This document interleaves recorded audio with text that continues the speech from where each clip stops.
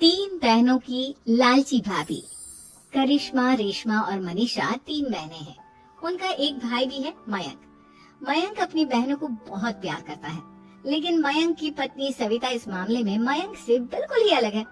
वो अपनी ननदों का जितना बुरा कर सकती है उतना बुरा करती ही रहती है और अपनी ननदों पर हुक्म भी चलाती है। करिश्मा, करिश्मा, तुमने अभी तक नाश्ता नहीं बनाया? तुम्हारे भैया को ऑफिस जाने में देर हो रही है। हाँ भाभी, बस अभी बनाती हूँ। करिश्मा, तुम ये ढीलापन छोड़ दो। कल को पराए घर जाना है। वहाँ अगर तुम इस तरह से काम करोगी तो लोग क्या कहेंगे कि माँ ने और भाभी ने कुछ सिखाया नहीं। और तुम्हारी दोनों बहनें कहाँ हैं? रेशमा मार्केट गई है और मनीषा सो रही है। क्या? सुबह के 8 बज रहे हैं और ये महारानी अभी भी सो रही है? ये कहते हुए सविता अपनी सास दुर्गा देवी के पास जाती है।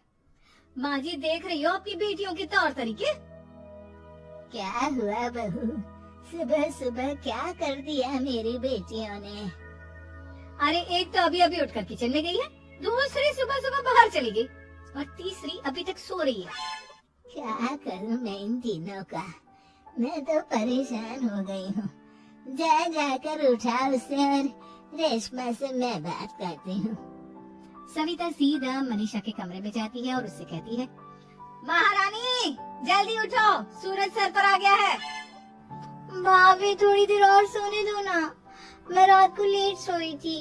वो क्या ना यूनिट टेस्ट चल रहे हैं। शराफत से उठती है या नहीं, या फिर पानी की भरी बाल्टी डालूं तेरे ऊपर? नहीं भाभी, मुझे बिस्तर में नहीं लाना, उठती हूँ मैं।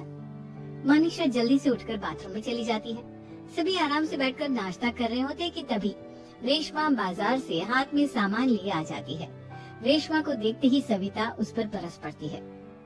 लो, आ गई महारानी। ऐसा भी क्या सामान लाना था जो सुबह आंख मलते ही बाजार की तरफ रवाना हो गई?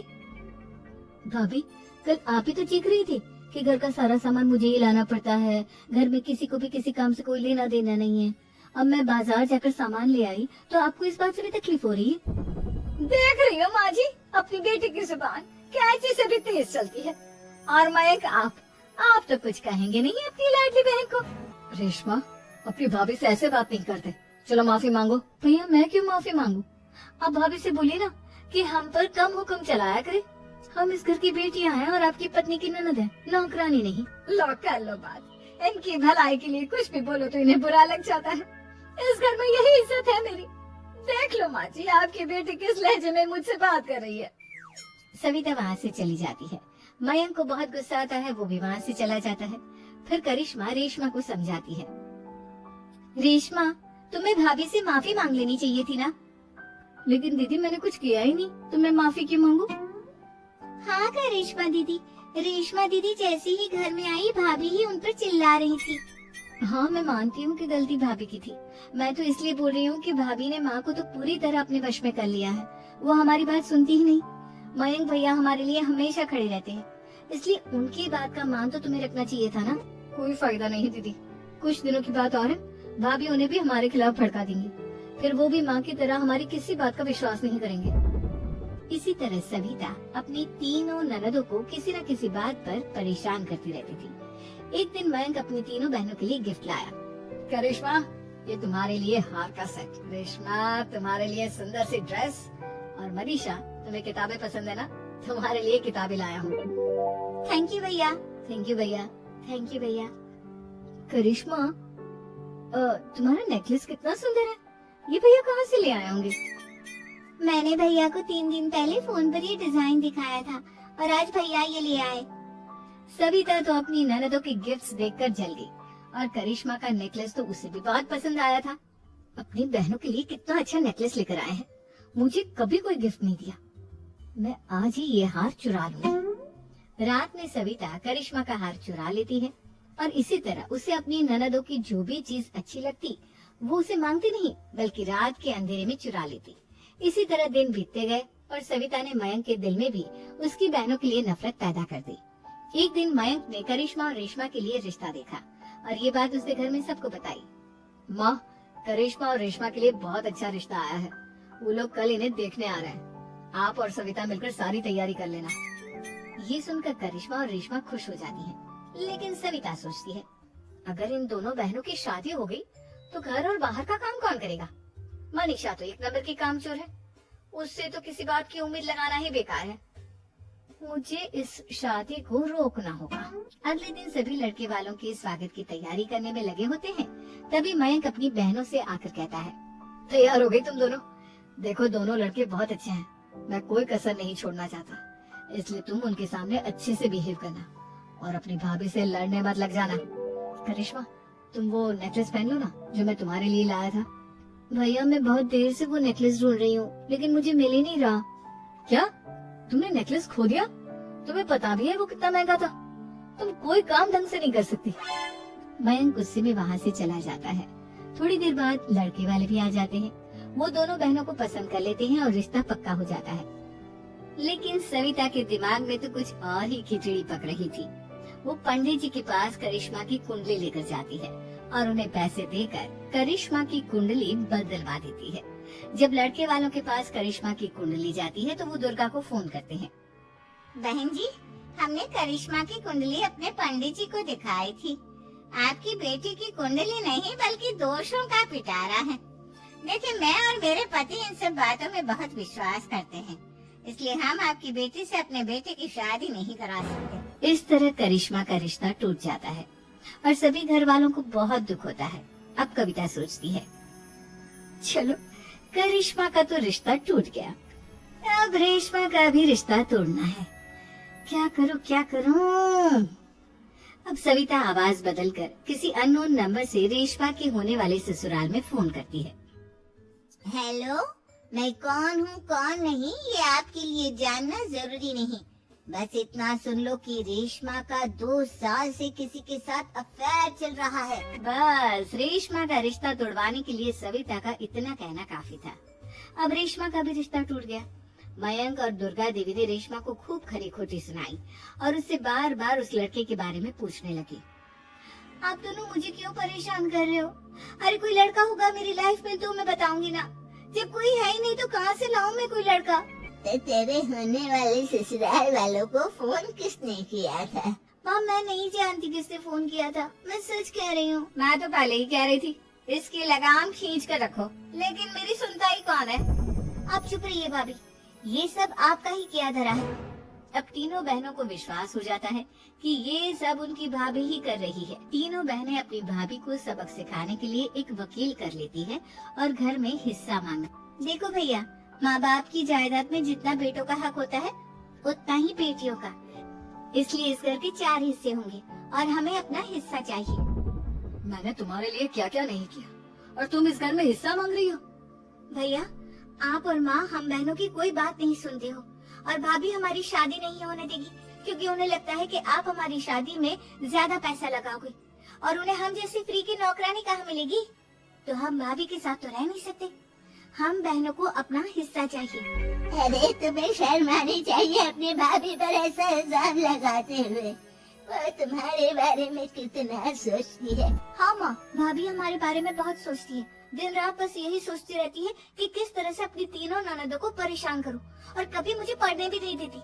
दोनों बहनों का रिश्ता भी तो इन्होंने ही तोड़वाया है और रात में हमारे कमरे में आकर हमारी चीजें भी चुराती हैं। इसी तरह सविता की तीनों ननदें अपनी बात पर अड़ी रही। अब कोर्ट में तारीख भी शुरू हो गई। जब सविता को लगा कि उसकी तीनों ननद इतनी आसानी से नहीं मानने वाली, तो उसने अपने पति और सास को सारी सच्चाई बता दी और अपनी तीनों ननद से माफी मांगी। मयंक और दुर्गा को भी अपनी गलती का एहसास हो गया। अब सविता खुद करिश्मा और रेशमा के लिए अच्छा रिश्ता ढूंढती है और उनकी शादी करवाती है।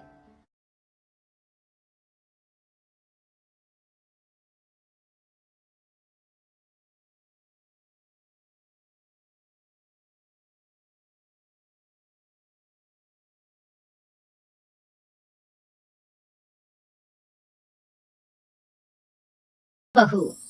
सुमित्रा जी का बेटा था अमित और बहू का नाम था अमृता।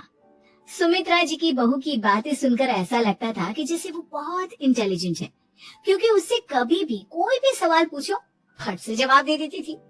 अरे भाई, उसके जवाब से तो गूगल भी पीछे रह जाता था और इसलिए कम से कम सुमित्रा जी के घर में तो किसी को भी गूगल की जरूरत ही नहीं पड़ती थी। जब भी घर में कोई बात चलती, कोई कुछ भी कहता, तो अमृता हर्ट से कह देती, ये तो मेरे साथ भी हुआ था, मुझे इसके बारे में सब मालूम है। एक दिन सुमित्रा जी अमित और अपनी बहू अमृता के साथ अमित की बुआ जी, फूफा जी यानी कि मुकेश और उर्मिला जी के यहाँ पर मिलने के लिए गए। अरे बहुत अच्छा किया अमित बेटा, इतने दिनों के बाद आए हो तुम। हाँ सुमित्रा भाभी, कभी तो आ जाया करिए अपने बच्चों को लेकर। आपकी बहू के आने से तो हमारे घर में भी रौनक आ गई है। वो क्या है ना, अमित ऑफिस के काम में बहुत बिजी रहता है, इसलिए उसे तो वक्त ही नहीं मिल पाता। अच्छा, लगता है नौकरी काफी मुश्किल है अमित की। अरे नहीं नहीं फूफा जी, ऐसी कोई बात नहीं है। आप तो जानते हैं ना प्राइवेट जॉब में कितना काम होता है। अरे कोई समझे ना समझे, मुझे तो पता है प्राइवेट नौकरी में इतना काम करना पड़ता है कि इंसान की आफत आ जाती है। लेकिन बेटा तुमने तो कभी जॉब की ही नहीं, तुम्हें कैसे पता? अरे जॉब नहीं की तो क्या हुआ मम्मी जी, सब जानती हूँ मैं।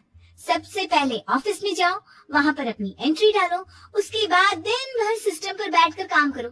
चारों तरफ कैमरे लगे होते हैं, आप अपनी नजर इधर की उधर नहीं कर सकते। उसके बाद दिन भर बॉस की चिक चिक सुनो वो अलग से। यही सब होता है, मुझे ना सब पता है। अरे बहू रानी तो काफी इंटेलिजेंट है, हर बात की खबर है इसको। थोड़ी देर बाद, अब देखिए सुमित्रा भाभी, इतने दिनों के बाद आई हैं आप, खाना खाकर ही जाना, ऐसे तो मैं आपको जाने नहीं दूंगी। वैसे बुआ जी खाने में क्या बनाया है? वो क्या है ना बेटा, आज तुम्हारी बुआ जी की तबीयत थोड़ी ठीक नहीं थी, इसलिए हमने सोचा कि जब तुम लोग यहाँ आ जाओगे तो बाहर से खाना मंगवा लेंगे और साथ में बैठकर खाएंगे। लेकिन बस प्रॉब्लम इतनी सी है कि मुझे बाहर से खाना ऑर्डर करना नहीं आता। सोचा जब अमित आएगा तो उसी को बोल दूंगी। अरे मुझे आता है ना, मैं कर देती हूँ ऑर्डर। बताइए क्या क्या मंगाना है आपको? इटालियन, कॉन्टिनेंटल, इंडियन, पंजाबी सब पता है मुझे। क्या बात है बहू, क्या घर में भी खाना रोज बाहर से ऑर्डर करती हो? अरे नहीं नहीं नहीं बुआ जी, ऐसी कोई बात नहीं है, बस मुझे ना सब पता है। कोई बात नहीं अमृता, मैं अपने फोन से ऑर्डर कर देता हूँ।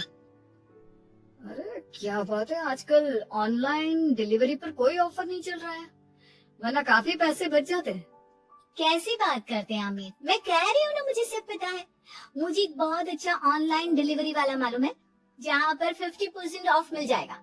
और आज तो वैसे भी फ्राइडे है ना, फ्राइडे को तो उस पर 50-70% ऑफर मिलता ही मिलता है। अरे क्या बात है, इसके बारे में तो मुझे पता ही नहीं था। अरे बेटा, जिस चीज के बारे में किसी को पता नहीं होता, हमारी बहू को पता होता है। एक काम कर, तू उसी को ऑर्डर करने दे। क्या बात है अमृता बेटा, तुम तो बहुत इंटेलिजेंट हो, सब कुछ जानती हो। कुछ दिनों के बाद सुमित्रा जी की कुछ सहेलियां उनसे मिलने के लिए आती हैं। अरे सुमित्रा बहन कैसी हो, बहू कैसी है तुम्हारी? अरे पूछिए मत, बहुत इंटेलिजेंट है मेरी बहू, सब कुछ जानती है। क्या बात है, बहू के आने के बाद तो औरतें दुखी हो जाती है, लेकिन तुम तो बहुत खुश लग रही हो। वो क्या है ना, मेरी बहू है ही इतनी अच्छी। अरे तो बुलाओ ना, हमारे साथ बैठेगी, बातें करेंगी तो हमें भी अच्छा लगेगा। सुमित्रा जी अमृता को बाहर बुलाती हैं और उसके बाद सब लोग बातें करने लगते हैं। क्या बताऊं, कुछ दिनों से घुटनों में इतना दर्द हो रहा है कि चला भी नहीं जाता। अब बुढ़ापे में तो ये सब चलता ही रहता है, क्या कर सकते हैं। आंटी जी आप योगा करिए, योगा और साथ में ना काले तिल खाया करिए, आपके घुटनों का दर्द भाग जाएगा। लेकिन तुमको ये सब कैसे पता बेटा? अरे मेरे भी घुटनों में दर्द होने लगा था, मैंने योगा किया और काले तिल के साथ गुड़ मिलाकर उनके लड्डू बनाकर खाए, एकदम ठीक हो गए मेरे पैर। अमृता ये तुम क्या कह रही हो, इतनी कम उम्र में तुम्हारे पैरों में दर्द कैसे हो सकता है? अरे मम्मी जी सच कह रही हूँ, एक बार अगर कोई ये नुस्खा अपना लेना बस मजा आ जाए। ठीक है बेटा, अगर तुम कहती हो तो मैं ये करके देखती हूँ।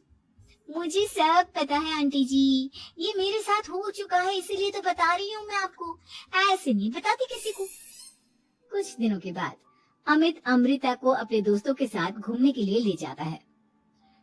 क्या यार, क्या जिंदगी हो गई है, सारा दिन ऑफिस का काम करते रहो, अपनी हेल्थ पर तो ध्यान ही नहीं दे सकते। अरे क्यों नहीं दे सकते अपनी हेल्थ पर ध्यान?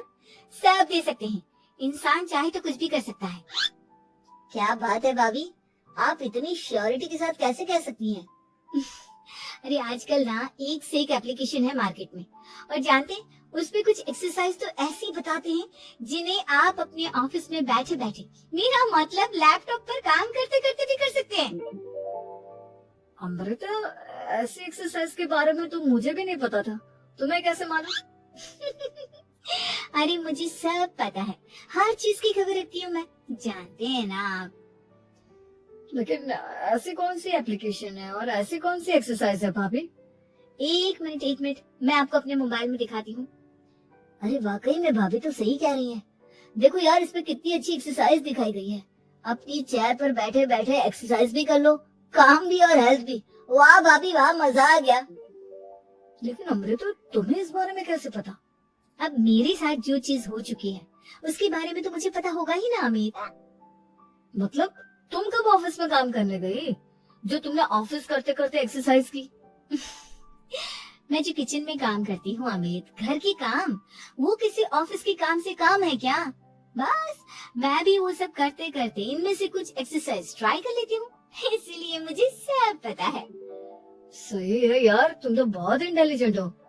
कुछ दिनों के बाद, ये क्या है? एक दोस्त ने मेरे साथ एक मजाक किया है, लेकिन समझ में ही नहीं आ रहा। अरे बेटा, तो अमृता से पूछ लेना, उसके पास कोई ना कोई जवाब जरूर होगा। ठीक कहती है मम्मी जी, मैं सब जानती हूँ। लेकिन अमृता, ये थोड़ा मुश्किल है, सोच लो। मेरे लिए कुछ भी मुश्किल नहीं, दुनिया की कोई भी पहेली हो मैं चुटकी में सॉल्व कर लेती हूँ। अच्छा ठीक है, देखो मेरे दोस्त ने मुझे एक खाली पेपर दिया है और कहा है कि इस पर उसने मेरे लिए कुछ मैसेज लिखा है। अब एक बात बताओ यार, खाली पेपर पर, I mean, जिस पर कुछ भी नहीं लिखा हुआ, उसे मैं कैसे पढ़कर बताऊं? अरे बस इतनी सी बात, इसे तो मैं चुटकियों में सॉल्व कर दूंगी अमित। लेकिन कैसे बहू?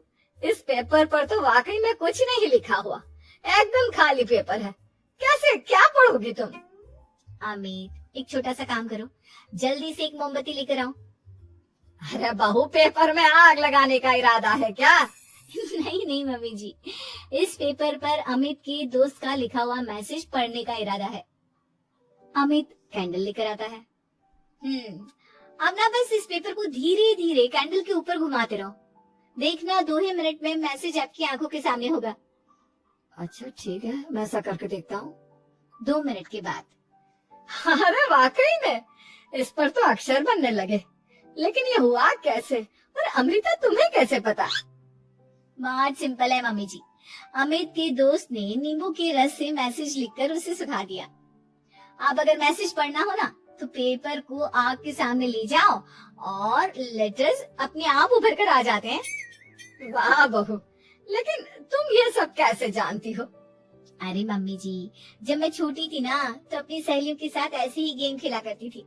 ये तो मेरे साथ कितनी बार हो चुका है, मुझे सब पता है। थैंक यू यार अमृता, तुम्हारी वजह से हमें कुछ भी सोचने की जरूरत ही नहीं पड़ती, तुम सब कुछ बता देती हो। कुछ दिनों के बाद सुमित्रा जी को अमृता के प्रेग्नेंट होने की खुशखबरी मिलती है और सुमित्रा जी अमृता को डॉक्टर के यहाँ लेकर जाती है। देखिए सुमित्रा जी, आपकी बहू की तबीयत बिल्कुल ठीक है, किसी भी तरह की चिंता करने की कोई जरूरत नहीं है। लेकिन हाँ, उनको आयरन वाली डाइट खाने की बहुत जरूरत है। ठीक है डॉक्टर साहब, आप बता दीजिए मैं अपनी बहू को क्या क्या खिलाऊं ताकि उसकी तबीयत ठीक रहे और आने वाले बच्चे की भी। अरे मम्मी जी, इसमें डॉक्टर से पूछने की क्या जरूरत है, किशमिश है, अनार है, पालक है, ये सब खाना चाहिए, आयरन का लेवल बिल्कुल बराबर रहता है। अरे वाह, आपकी बहू तो सब कुछ पहले से ही जानती है। ये तो बहुत अच्छी बात है। देखो, आयरन के साथ तुम्हें कैल्शियम भी खाना होगा। जानती हूँ मैं, अगर आयरन की खाली सप्लीमेंट लेते हैं और कैल्शियम नहीं लेते तो बॉडी उसे अच्छे से एब्जॉर्ब नहीं कर पाती, सब पता है मुझे। बहू ये भी मालूम है? हाँ मम्मी जी, आप तो जानती है ना, मुझे सब पता है। आपकी बहू की बातें सुनकर अच्छा लग रहा है। मुझे ऐसी बहुत कम लड़कियां मिलती हैं जिन्हें इतनी नॉलेज होती है, सारे सवालों के जवाब देती है। और हमारे इंडिया में तो वैसे भी हालात बहुत खराब है। बिल्कुल ठीक कह रहे हैं आप डॉक्टर साहब, लेकिन मैं उन लड़कियों की तरह नहीं हूँ। बहुत ख्याल रखती हूँ मैं हर चीज का। और जानती हैं आप, हमारे घर में तो किसी को किसी चीज के बारे में गूगल करने की जरूरत ही नहीं पड़ती। बिल्कुल ठीक कह रही है अमृता। अरे कुछ भी पूछ लो, इसे सब पता होता है। अरे वाह, तुम तो बड़ी कमाल की लड़की हो। चलो ये तो बहुत अच्छी बात है, लेकिन फिर भी डॉक्टर की सलाह पर पूरा ध्यान देना चाहिए। वैसे क्या चाहिए तुम्हें, बेटा या बेटी? अरे डॉक्टर साहब, कुछ भी हो जाए, बस बच्चा अच्छे से हो जाना चाहिए। मुझे तो दोनों में से किसी से कोई भी परेशानी नहीं। और सुमित्रा जी आप? डॉक्टर मैडम, मुझे तो लड़के और लड़की में कभी भेद करने की आदत ही नहीं है। पोता है या पोती, मेरे लिए तो दोनों एक बराबर है। सुनकर अच्छा लगा। वैसे आप जानती हैं, हमारे यहाँ पर तो लोगों को बड़ी बेचैनी रहती है ये जानने की कि पेट में लड़का है या लड़की, लेकिन विदेशों में ऐसा नहीं होता। हाँ, वहाँ पर तो सब कुछ पहले से ही बता देते हैं ना। ये भी कोई बात हुई भला? लेकिन तुम्हें कैसे पता कि वहाँ पर सब कुछ पहले ही बता देते हैं? अच्छा हाँ, तुम तो सब कुछ पहले से ही जानती हो ना। तुम्हारे साथ तो सब कुछ पहले से ही हो चुका होता है। नहीं मम्मी जी, ये तो मेरे साथ पहली बार हो रहा है, इसलिए मैं ये डायलॉग नहीं बोल सकती। अमृता की बात सुनकर सुमित्रा और डॉक्टर दोनों हंसने लगते हैं।